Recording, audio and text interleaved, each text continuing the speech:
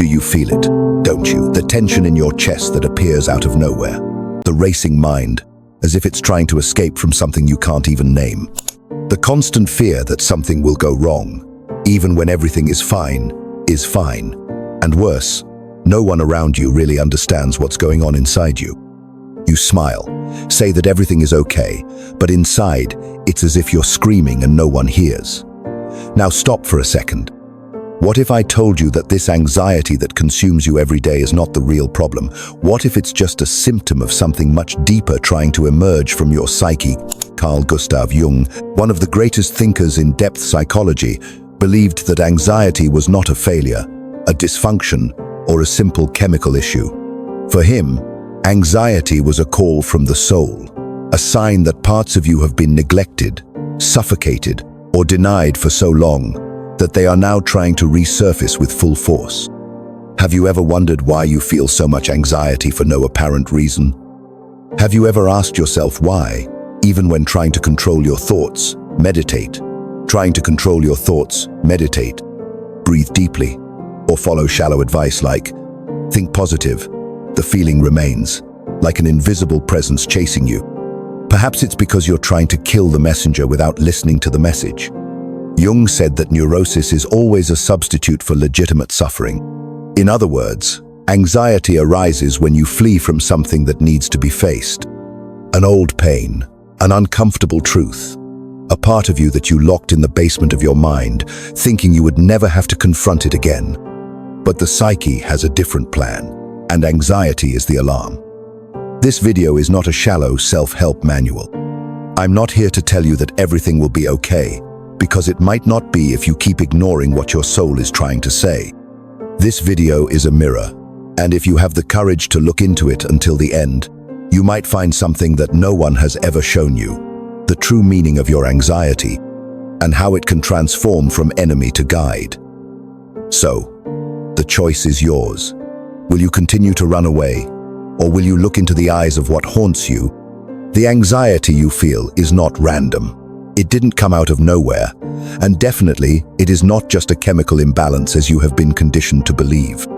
For Jung, psychological symptoms are symbolic expressions of something happening deep within the psyche, and anxiety, in particular, is a sign that you are at war with yourself.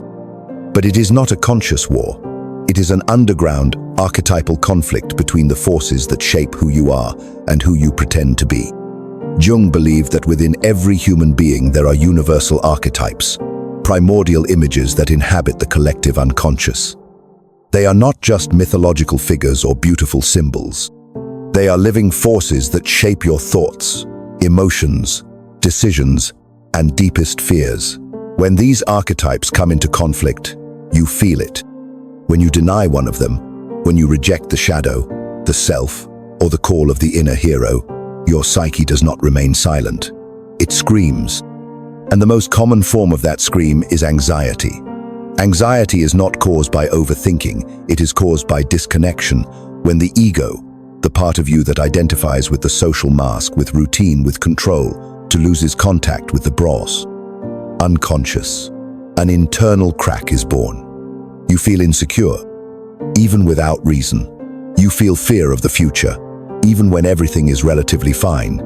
You feel an emptiness that nothing fills, neither success, nor relationships, nor distractions.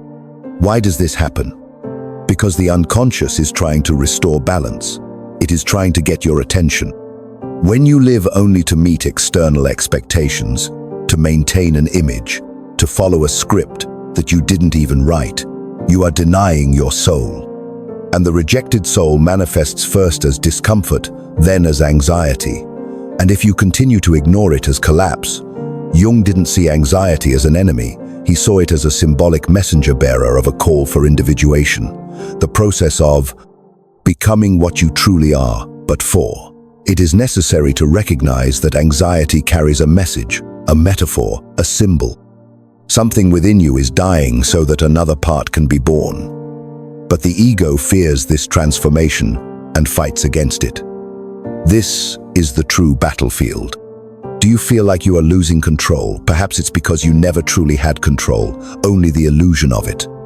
What anxiety is trying to show you is that there is an abyss between who you are and who you are being. And as long as that abyss is not faced, the emptiness will only grow. But what exactly is in that abyss? What is being denied, repressed, forgotten? In the next section, we will go even deeper to the darkest point of your psyche, to understand the relationship between anxiety and the shadow. And perhaps, by facing it, you will understand why your anxiety never wanted to destroy you, but rather to awaken you. If this content is making sense to you, click the subscribe button and subscribe to the channel. Thank you for your support. And subscribe to the channel. Thank you for your support. You were educated to be acceptable. From an early age, you were taught that certain emotions were ugly, that certain thoughts were shameful, that certain impulses needed to be suppressed. You learned to smile when you wanted to scream, to be kind when you felt anger, to pretend to be secure when you were falling apart. Over time, you shaped a persona, a social mask, and buried everything that didn't fit into it. But here's the truth. No one told you. Everything you buried is still alive. Jung called this forgotten side of you the shadow. The shadow is everything you don't want to be but are. Everything you don't want to feel but feel. It's your fear disguised as anger. Your anger disguised as silence. Your insecurity masked as control. And when you try to live only as what is acceptable, you become a slave to that shadow. And it manifests in the only way it can, through anxiety. Anxiety in this context is like an alarm triggered by the rejected part of you. It's the shadow knocking on the door of your consciousness, demanding to be seen. And the more you ignore it, the louder it screams. You feel palpitations, sweating, insomnia, obsessive thoughts. But you don't understand why. Because you're looking at the symptoms, not the root. And the root is in the unconscious, where the shadow resides, repressed, suffocated, hungry for recognition. Have you ever wondered why you have disproportionate reactions, why you panic over small things, why you self-sabotage when everything seems to be going well? It's not bad luck. It's not weakness. It's the shadow trying to restore psychic balance. It's saying, you can't keep pretending I don't exist. And here's the cruelest part. Society reinforces your disconnection with the shadow. It rewards you for being productive, for appearing confident, for maintaining appearances. But that appearance comes at a high cost. It costs your authenticity. It costs your emotional health. It costs your peace. Jung said that no one enlightens themselves by fantasizing figures of light, but by making the darkness conscious. The true cure for anxiety is not in eliminating the symptoms, but in facing the truth they reveal. And that truth is brutal. You built an identity based on half of your soul, and now the other half is demanding to be heard. But how do you listen to a part of yourself that you fear? How do you dialogue with the shadow without being consumed by it? The answer lies in the body. Because before it manifests as thought, the shadow expresses itself as sensation, anxiety, tension, physical pain. Your body is carrying the conflict that your mind insists on denying. In the next section, we will understand why anxiety is not just in your head, but in your body, and how it has become the battleground between who you are and who you are trying to be. Your anxiety does not only live in the mind, it lodges in the body, in the contracted muscles that you no longer even notice, in the stomach that tightens for no reason, in the chest that burns as if something is about to explode, in the knot in the throat that prevents you from saying what you feel. These symptoms are not just physical, they are psychic. They are manifestations of the internal conflict between the ego that wants control and the soul that wants liberation. Jung believed that the body is the mirror of the unconscious. When repressed content does not find a symbolic outlet, such as dreams, art, writing, or inner dialogue, it manifests in a literal, raw, somatic way. And anxiety is one of the most intense forms of this manifestation. It is the collapse of the language of the soul that, ignored for too long, has begun to scream through the flesh. How many times have you felt your body react as if it were in danger, even knowing rationally that everything was fine? This is the unconscious trying to take command because your consciousness is no longer listening. The nervous system goes into a state of maximum alert, as if a predator was stalking you. But the predator is not outside, it is inside. It is the repressed content of your psyche that has become so unbearable that it now expresses itself in the form of physical urgency. That is why superficial techniques rarely work. Deep breathing, taking a cold shower, trying to think positive may bring momentary relief. But it does not solve the problem, because it is not the body that is broken. It is the connection between body and soul that has been severed. Anxiety is the body trying to compensate for a soul that has been silenced. Jung understood that the body is symbolic. It is the stage where the deepest dramas of the psyche are played out. An anxious body is a body that carries secrets, emotions that have never been expressed, traumas that have never been named, needs that have never been named, needs that have never been heard, and each symptom is a desperate attempt by the unconscious to bring to light what needs to be integrated.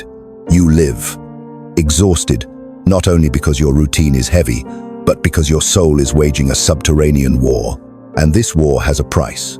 Chronic, tensionic, tension, insomnia, diffuse pain, a constant sense of threat. Your body is pleading for reconnection, for listening, for truth. But how do you transform this body into an ally, instead of seeing it as an enemy? How do you move from a logic of combat, trying to control the symptoms, to a logic of listening and integration? In the next section, we will explore the true antidote to this anguish. The journey of individuation, a profound path proposed by Jung, where anxiety ceases to be a burden and becomes a compass. You are not here to survive. You are here to become who you really are. But the problem is that no one taught you how to do that. From an early age, you were shaped to fit into patterns, into expectations, into norms. You learned to adapt, to be accepted, to stay silent, to avoid conflicts, to follow rules whose authors you don't even know. And in the process, you forgot who you were. You lost your center. And it is exactly there that anxiety is born, in the space between your authentic self and the self manufactured to please. Your authentic self and the self manufactured to please. Carl Jung called the path back to oneself the journey of individuation. And don't be mistaken, this has nothing to do with selfishness or superficial self-assertion. Individuation is a deep, sometimes brutal process of reconnecting with everything you have rejected in yourself. It is the rescue of your wholeness. And it is this rescue that begins to dissolve anxiety, not as a symptom to be fought, but as an alert that has finally been heard. To individuate is to accept that there are parts of you that have been forgotten, wounded, silenced, and that they are begging to return. It is to face the shadow, to recognize the masks of the persona, to understand the archetypes that influence your most intimate decisions. It is to stop asking yourself, how should I be? And start asking yourself, who am I really? But don't think this path is easy. It is a descent, a confrontation with old fears, painful truths, unresolved choices. It is to strip away the idealized image you have built and face the fragmented being that was left behind. Anxiety in this context is not the enemy, it is the guide. It points to the areas where you are still living half-heartedly, where you are still pretending, where you are still afraid to be who you are. Jung said that healing happens when the individual becomes who they are. This means abandoning the desire to please, to control, to meet external expectations. It means making peace with your history, with your traumas, with your light and your darkness. It means integrating, not excluding. And in doing so, something profound happens. Anxiety begins to dissolve, not because you have defeated it, but because you have finally understood what it wanted to say. It was not a problem. It was a map, a call, a push from the soul, saying, wake up, come home, be whole. But the question now is, how to do this in practice? How to get out of autopilot and start this journey in a real way? How to transform suffering into symbol? How to communicate with the unconscious without being swallowed by it? In the next section, we will explore the tools that Jung left for this reconnection. Symbolic rituals, silence, dreams, and the power of solitude.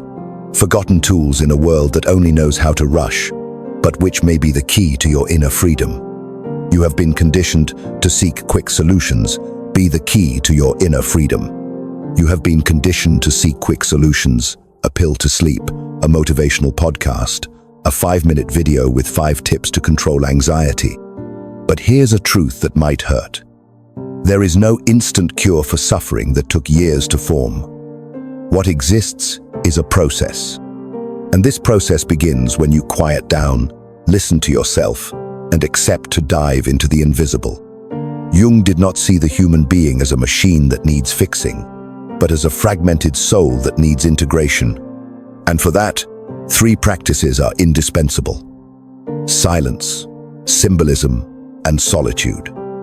In the noisy world we live in, silence has become a luxury.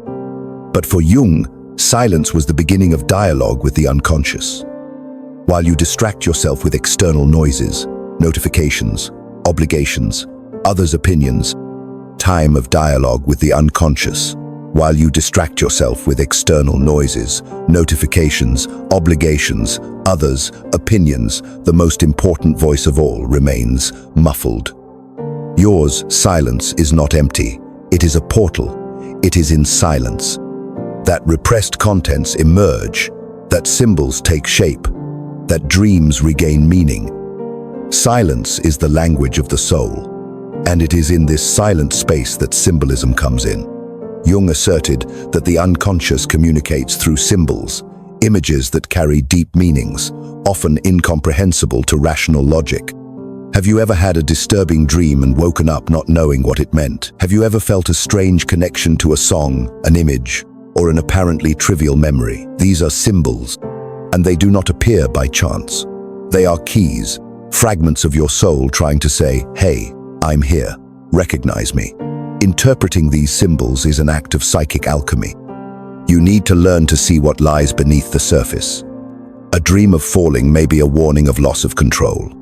A constant feeling of weight on your shoulders may symbolize responsibilities that are not yours. Anxiety, in fact, is itself a symbol, a sign that there is a rupture between what you live and who you are. But none of this can be accessed without solitude. And pay attention. Solitude is not isolation. Isolation is escape. Solitude is not isolation. Isolation is escape. Solitude is presence. It is the sacred space where you can finally stop acting and start listening. Jung saw solitude as a necessary ritual for transformation. It is in solitude that the ego loses the illusion of control and the self begins to manifest. It is in solitude that dreams are revealed, symbols are organized, and internal chaos finds meaning. Silence, symbolism, and solitude. These are the tools of the true alchemist of the soul.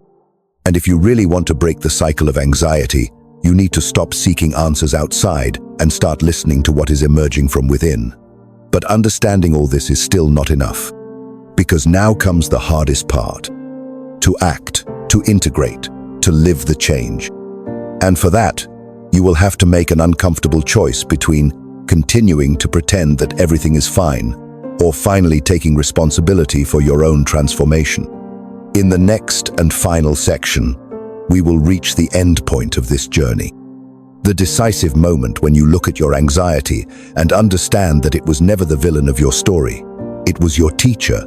And now it is up to you to decide, will you continue to run away or will you finally face the truth? It's time to stop deceiving yourself, to look at your anxiety, not as an unfair burden, but as a brutal mirror that life has placed in front of you. Everything you have felt up to this point, the tightness in your chest, the silent anguish, the feeling of about to crumble, were not failures. They were signs. Internal screams begging for reconnection, for wholeness, for truth. You have spent your life trying to fit in, trying to be enough, trying to look good. But anxiety doesn't want you to look good. It wants you to be. It didn't arise to destroy you. It emerged because something inside you was already broken and needed to be rebuilt. And that process hurts. It hurts because it requires detachment. It demands the renunciation of masks, of roles, of old versions of yourself that you carried just to survive. But you didn't come here to survive.